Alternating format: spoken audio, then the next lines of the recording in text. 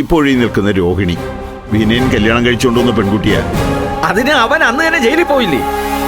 ഇനി ആർക്ക് വേണ്ടിയിട്ടാ ഇവളെ ഇവിടെ നിർത്തേണ്ടത്? അതെ, ഇവളെ കെട്ടാനേ ഞങ്ങൾക്ക് വേറെ ആളുണ്ട്.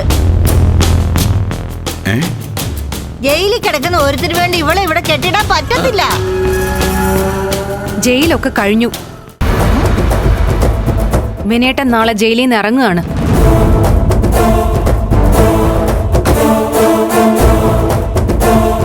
അത് അലക്സ് മുതലാളിക്ക് ലക്ഷങ്ങൾ കൊടുത്താലല്ലേ അയാൾക്ക് ജയിലിൽ നിന്ന് ഇറങ്ങാൻ പറ്റുള്ളൂ. അത് കൊടുത്തിട്ടാണ് ഞാനും മുത്തശ്ശനും ഇപ്പൊ വരുന്നത്. ആ കേസ് തീർന്നു.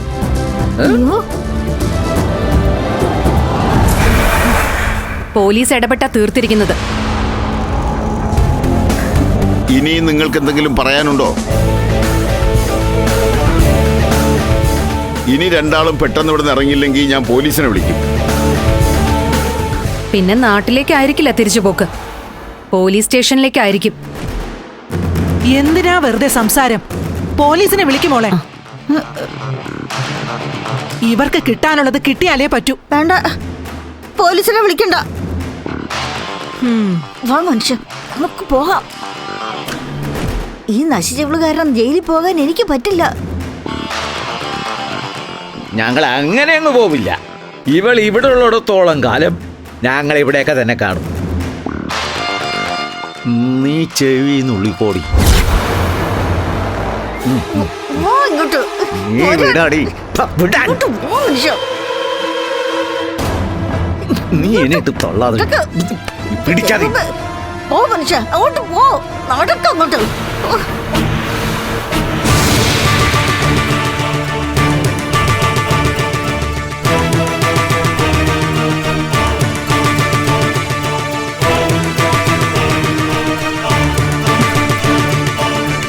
മുത്തശ്ശ, അലക്സയുടെ കടം വീട്ടിന്ന് പറയുന്നത് സത്യമാണോ? ശരിയാണ്. അവന്റെ കാശ് കൊടുത്തിട്ടാണ് ഞങ്ങൾ വന്നത്.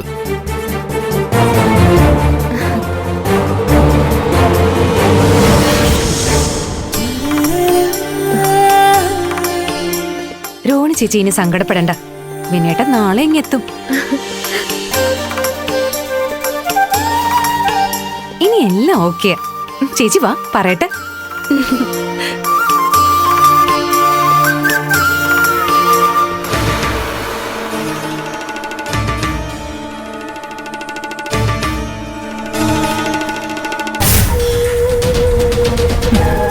ഇപ്പൊ വിമലെ അവർക്ക് വേണ്ട, രോഹിണിയെ മതി. കൊള്ളാം. പാവം പിടിച്ച എനിക്ക് നഷ്ടപ്പെടുന്നത് മാത്രം ഇവിടെ ആർക്കും അറിയണ്ട. ഇന്നലെ വന്ന് ഇവിടേക്ക് കയറി അവളെ സുഖിക്കാൻ ഞാൻ സമ്മതിക്കില്ല. നീയൊക്കെ നോക്കിക്കോടി ഈ വിമല എന്താ ചെയ്യാൻ പോകുന്നതെന്ന്.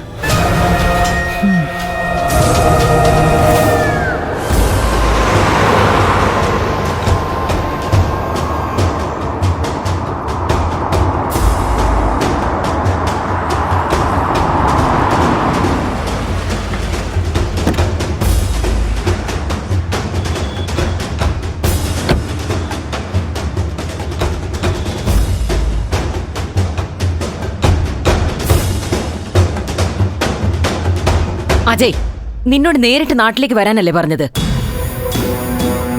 നീ എന്തിനാ ഈ സിറ്റിയിൽ ഫ്ലൈറ്റ് ഇറങ്ങിയത്? അമ്മ ഇവിടെയാണെന്നല്ലേ പറഞ്ഞത്. അപ്പൊ പിന്നെ ഞാൻ കരുതി ഇവിടെ വന്ന അമ്മയും കണ്ട് ശിവനങ്ങളിനെയും കണ്ട് ഒരുമിച്ചങ്ങ് നാട്ടിലേക്ക് പോവാന്ന്. എടാ, ഞാനിവിടെ വന്നത് എന്റെ ഏറ്റവും വലിയൊരു കൂട്ടുകാരിയെ കാണാനാ. ക്യാൻസറായി സിംഗിങ് സ്റ്റേജിൽ കിടക്കുന്ന അവൾക്കൊരു ആശ്വാസം ആകുമല്ലോ എന്ന് കരുതിയിട്ടാ. ശരി ശരി. എന്റെ അമ്മയെ ഞാൻ ഏതായാലും ഇവിടെ വന്ന് ഇറങ്ങിയില്ലേ, ഇനിയിപ്പോ എവിടെ പോവാനാ? അമ്മ ശിവനങ്ങളോട് ഹോട്ടലിലേക്ക് വരാൻ പറ, എന്നെ പിക്ക് ചെയ്യാൻ. ഞാനിവിടെ വെയിറ്റിംഗാ. ശരി. ഹലോ അജി.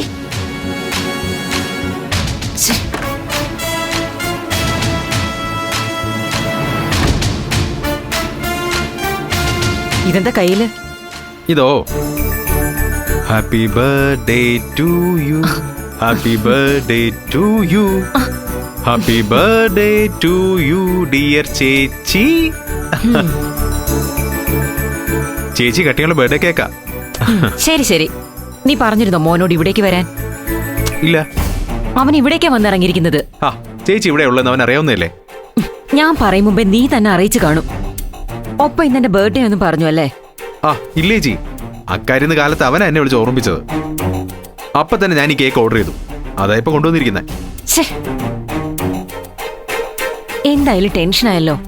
അവൻ ഇങ്ങോട്ട് വരാൻ പാടില്ലായിരുന്നു, പ്രത്യേകിച്ച് ഈ സമയത്ത്. നമ്മുടെ പ്ലാനൊക്കെ അവനറിഞ്ഞാൽ ഒന്നും നടക്കില്ല. അവനെ കൊണ്ട് സമ്മതിപ്പിക്കണമെങ്കിൽ തന്നെ കുറെ നാടകം കളിക്കേണ്ടതാ. എന്നിട്ട് വേണം മനസ്സുകൊണ്ട് അവനും നമ്മുടെ തീരുമാനത്തിനൊപ്പം വരാൻ. അതുമാത്രമല്ല, ഇവിടെ വെച്ച് അവൻ വല്ലതും വിസ്മയെ കാണാൻ ഇടവന്ന അത് ഭാവിയിൽ വലിയ അപകടം ചെയ്യുമെന്ന് ഉറപ്പാ. ശിവ, നീ എന്റെ അനിയനൊക്കെ തന്നെയാണ്. നിനക്ക് ശക്തിയുണ്ട്, ബുദ്ധിയുണ്ട്. ഇല്ലാത്തത് കുശാഗ്ര ബുദ്ധിയാ. അതില്ലെങ്കിൽ ഈ കാലത്ത് രക്ഷപ്പെടാൻ പ്രയാസമാണ്. ഇന്ത്യവരത്തിലെ സമ്പത്ത് മുഴുവൻ നമുക്ക് മാത്രം അവകാശപ്പെട്ടതാ. പക്ഷേ നാളെ അതിനൊരു അനന്തരാവകാശം ഇല്ലാതെ പോയാൽ മറ്റു ചിലരത് കൈക്കലാക്കും. അതെനിക്കറിയാം ചേച്ചി. ഞാൻ എന്ത് ചെയ്യണമെന്ന് മാത്രം ചേച്ചി പറഞ്ഞാൽ മതി. തൽക്കാലം നീ എയർപോർട്ടിൽ ചെന്ന് മോനെ കൂട്ടി വാ. ബാക്കി എന്ത് എങ്ങനെ ചെയ്യണമെന്നൊക്കെ ഞാനൊന്ന് ആലോചിക്കട്ടെ. ശരി ചേച്ചി.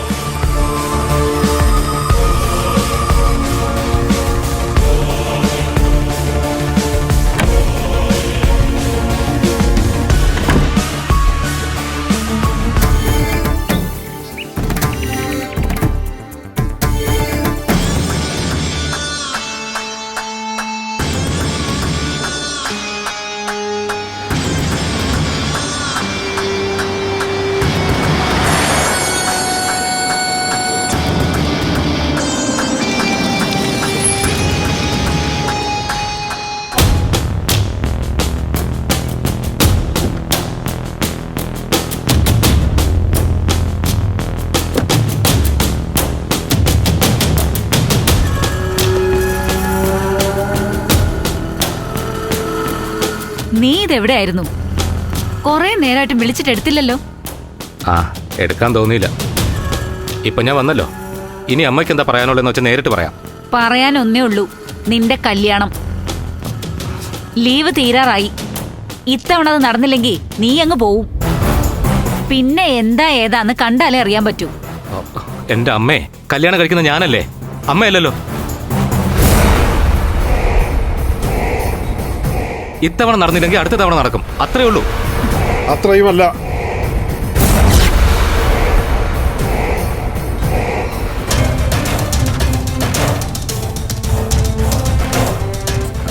അമ്മാവനിപ്പോ വന്നു. ഞാൻ വന്നതല്ല, നിന്റെ അമ്മ വിളിച്ചു വരുത്തിയതാ, ഉപദേശിച്ച് നന്നാക്കാൻ. എനിക്ക് വയസ്സ് 30 കഴിഞ്ഞു. അതിൽ കാര്യമില്ല. എനിക്ക് വയസ്സ് നിന്റെ ഇരട്ടിയാ. അച്ഛനും അമ്മയും ഇപ്പോഴും ജീവിച്ചിരിപ്പുണ്ട്. രാത്രി ഞാൻ മദ്യപിക്കുമ്പോ അവരുപദേശിക്കും, കുടിച്ച് കരൾ വാട്ടി കളയരുതെന്ന്. വയസ്സ് 60 എന്നെ ഉപദേശിക്കരുതെന്ന് അവരോട് പറയാൻ പറ്റുമോ? പറയുന്നത് മര്യാദയാണോ? നീ തന്നെ പറ. ഓ, അവൻ എന്ത് പറയാൻ? പണ്ടൊരിക്കലും ഇല്ലാത്തൊരു അസുഖം അവന്റെ തലയ്ക്ക് പിടിച്ചിരിക്കല്ലേ, പ്രേമം. അമ്മേ, അതേടാ, അമ്മ തന്നെയാ. 15 വർഷമായി നിന്റെ അച്ഛനുമായിട്ട് ഞാൻ പിരിഞ്ഞു ജീവിക്കുന്നു. ഡിവോഴ്സിന്റെ 6ാം മാസം ആ മനുഷ്യൻ വേറെ വിവാഹം കഴിച്ചു. ഇന്നിപ്പോ കുട്ടികളും കുടുംബമൊക്കെ ആയി ആഘോഷിച്ച് ആർഭാടമായിട്ട് ജീവിക്കുന്നു. എന്നിട്ട് ഞാൻ എന്താ ഒന്നും ചെയ്യാത്തത്? എന്റെ മകൻ മറ്റൊരാളെ അച്ഛാന്ന് വിളിക്കുന്നത് ഇഷ്ടമല്ലാഞ്ഞിട്ട്. എന്റെ മകൻ മാത്രമാണ് എനിക്ക് ശരണമെന്ന് വിശ്വസിച്ചിട്ട്. എന്നിട്ട് നീ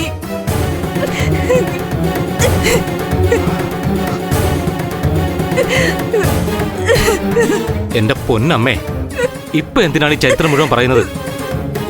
ഇതിന് തക്ക വിധം ഇവിടെ എന്ത് സംഭവിച്ചു? ഇപ്പോഴല്ല, നാളെയും ഒന്നും സംഭവിക്കാതിരിക്കാനാ ഇവളീ വിഷമം പറയുന്നത്.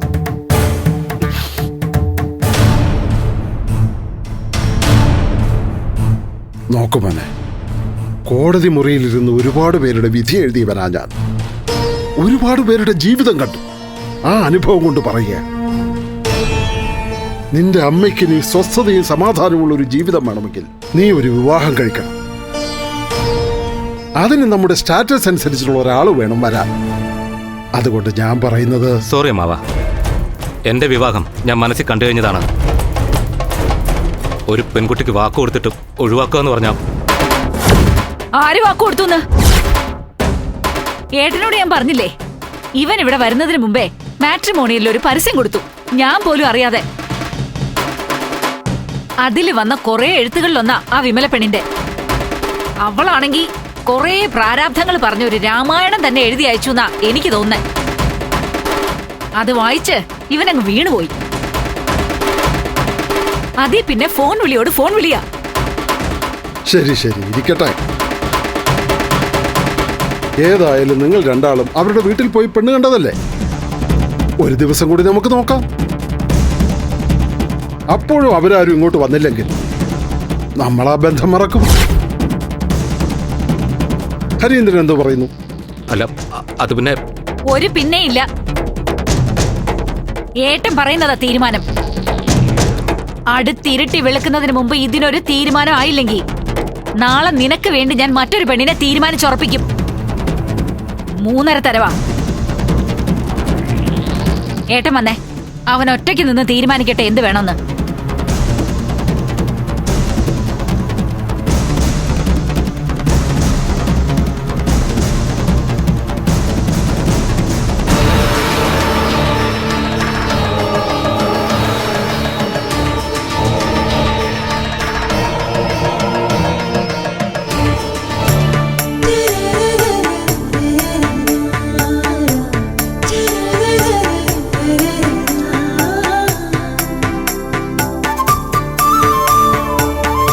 ഇരിക്ക്.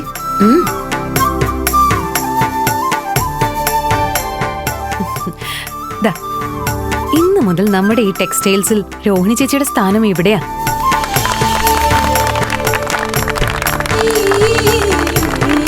ഇനി രോഹിണി ചേച്ചി ഇവിടുത്തെ സെയിൽസ് ഗേൾ അല്ല. നാളെ വേണ്ടി വന്ന ഈ ടെക്സ്റ്റൈൽസ് മൊത്തത്തിൽ വിൽക്കാൻ വരെ അധികാരവും അവകാശവും ഉള്ള ആളാ. ഞാനിപ്പോ വിനയേട്ടം വരുന്നത് വരെ ഈ സ്ഥാപനം നോക്കി നടത്തേണ്ട ഉത്തരവാദിത്തം ചേച്ചി ഏൽപ്പിക്കുന്നു. നോക്ക്, അവനെ വളച്ചെടുത്ത് ഇതൊക്കെ നിന്റേതാക്കാമെന്നാണ് നിന്റെ സ്വപ്നോങ്കി. അതൊന്നും നടക്കാൻ പോകുന്നില്ല ഇവിടെ. അവസാനമായിട്ട് ഒരു അവസരം കൂടി തരും ഞാൻ. എന്നിട്ടും നിനക്കവനെ മറക്കാൻ പറ്റിയില്ലെങ്കിൽ ഈ നിമിഷം ഇവിടെ നിന്ന് ഇറങ്ങിക്കോണം. നിനക്കിനി ഇവിടെ ജോലിയില്ല. ഇപ്പൊ തന്നെ നിനക്ക് ഇവിടെ നിന്ന് ഇറങ്ങാം. എന്താ എല്ലാവരും സഹകരിക്കില്ലേ? തീർച്ചയായും. നമ്മളിൽ ഒരാൾ ഈ കസേരയിൽ ഇരിക്കുന്നതിന് സന്തോഷമേ ഉള്ളൂ. പക്ഷേ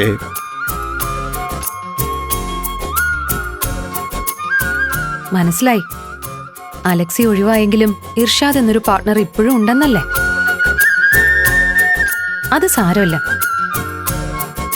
ഇർഷാദ് ഇക്കയ്ക്ക് സ്ഥാപനത്തില് ഒരു ചെറിയ ഷെയർ ഉണ്ടെന്നതൊഴിച്ചാ ബാക്കി പൂർണ്ണമായും നമ്മുടേതാ. ഇക്ക ഷെയർ തിരിച്ചു ചോദിച്ചാ അത് നമ്മൾ കൊടുക്കും, അത്ര തന്നെ. ആ, ഇനി എല്ലാവരും പോയിട്ട് അവരവരുടെ ജോലികൾ ചെയ്തോളൂ.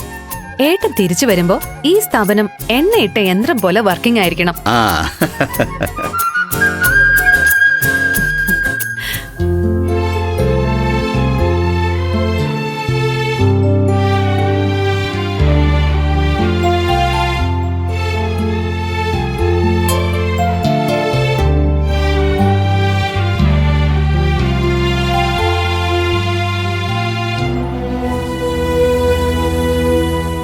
ഞാൻ ഒരിക്കലും പ്രതീക്ഷിച്ചിരുന്നില്ല.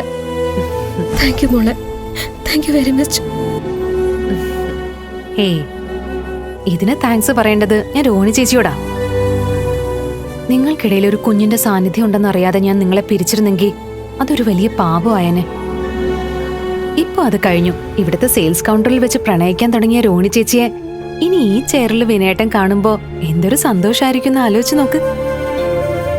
ആ സന്തോഷമേ വിനയേട്ടന് മാത്രം പോരാ, ഇനി എപ്പോഴും രോഹിണി ചേച്ചിക്ക് ഉണ്ടാവണം. എങ്കിലല്ലേ ആരോഗ്യവും സന്തോഷമുള്ള വിനയേട്ടന്റെ കുഞ്ഞിനെ നമുക്ക് കിട്ടൂ. ആവൂ, അവസാനം ചേച്ചി ഒന്ന് ചിരിച്ചു കണ്ടല്ലോ.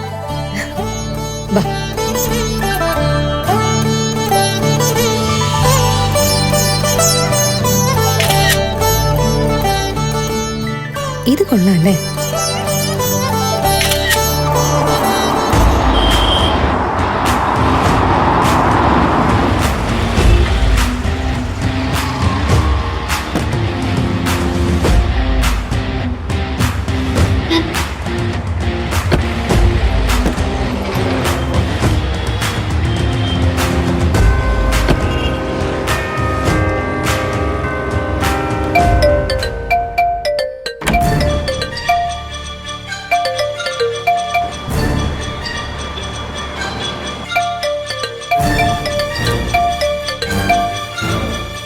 ഹലോ ശിവ.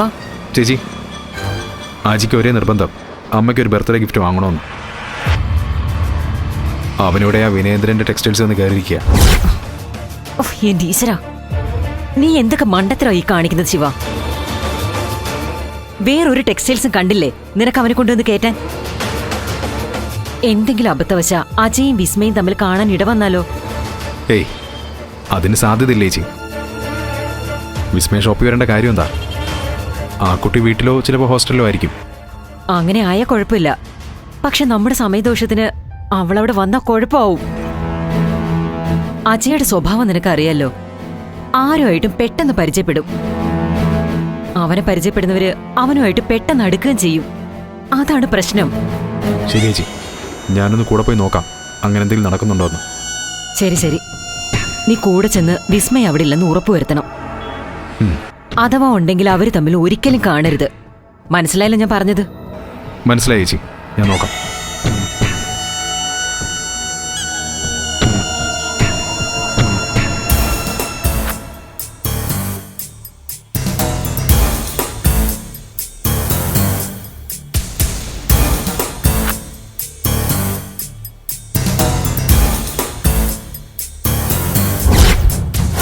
എന്റെ ഈശ്വര, ഇവൾ ഇവിടെ ഉണ്ടായിരുന്നോ? ചേച്ചി പറഞ്ഞ പോലെ തന്നെ സംഭവിച്ചല്ലോ.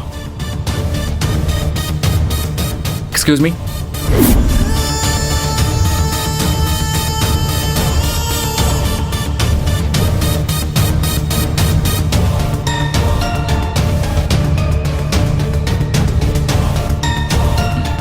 Yes sir. നിങ്ങളിവിടുത്തെ സ്റ്റാഫാണോ? Yes sir. നിങ്ങൾക്ക് ഞാൻ എന്ത് ഹെൽപ്പാ ചെയ്യണ്ടേ? Nothing much. ഇന്നെൻ്റെ അമ്മയുടെ ബർത്ത്ഡേയാ. ഒരു ഗിഫ്റ്റ് കൊടുക്കാൻ ഒരു സാരി സെലക്ട് തരാൻ പറ്റുമോ? If you don't mind. അതിനെന്താ, വരൂ പ്ലീസ് കം. ശരി.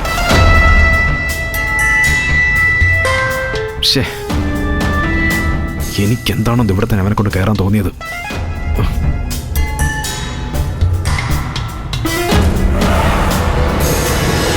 ചേച്ചിക്കുള്ള സാരി ആയിരിക്കും അവളെ കൊണ്ട് അവൻ സെലക്ട് ചെയ്യുന്നത്.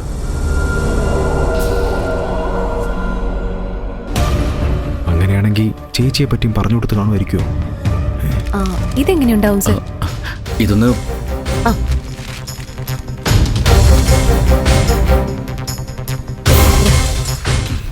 വാവ്. ഓക്കെ, പറഞ്ഞ രൂപം വെച്ച് ഇതായിരിക്കും അമ്മയ്ക്ക് ചേരുന്നതെന്ന് തോന്നി. Thank you. എന്താ തന്റെ പേര്? ഈ ഭൂലോകത്തുള്ള സെയിൽസ് ഗേൾസിനൊക്കെ ഒറ്റ പേരേ ഉള്ളൂ, sales girl. Hope you understand my point. ഞാൻ പോയേ ബില്ലടിച്ചിട്ട് വരാം. ഓക്കെ.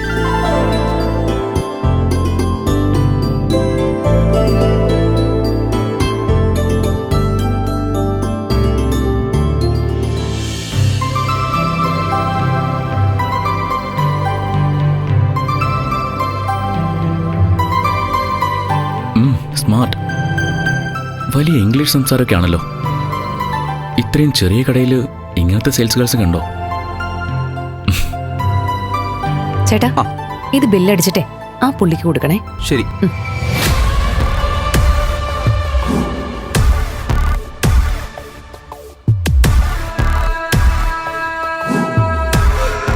ഇത് മഹേശ്വരി മാഡത്തിന്റെ കാറാണല്ലോ.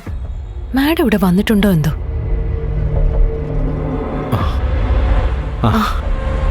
ഹലോ വിസ്മയ, താനോട് ഉണ്ടായിരുന്നോ? സാർ ഇവിടെ ഉണ്ടായിരുന്നല്ലേ? കാറ് കണ്ടപ്പോ മാഡം തന്നെ ഇവിടെ വന്നോന്ന് സംശയം തോന്നി. ഏയ് ഇല്ല, ചേച്ചി വന്നിട്ടില്ല. ഞാനൊന്ന് അലക്സിയെ കാണാൻ വന്നതാ. ആളുണ്ടോ അകത്ത്? ഇല്ല, അലക്സിയുടെ ബാധ്യത ഒക്കെ സെറ്റിൽ ചെയ്തു. ഇനിയിപ്പോ ഇങ്ങോട്ട് വരാനുള്ള സാധ്യത കുറവാ. ആ, അത് നന്നായി. എന്നാ പിന്നെ പോയിക്കളെ. ശരി.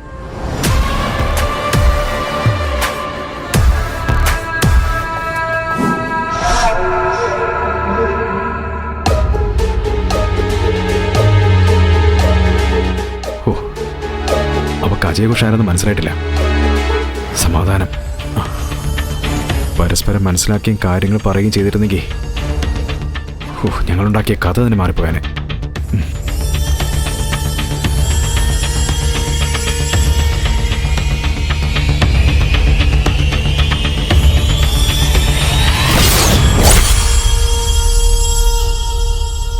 ഫ്ലവേഴ്സ് സ്മാർട്ട് ഷോ ശനി ഞായർ ദിവസങ്ങളിൽ രാത്രി 9:30 ഫ്ലവേഴ്സിൽ.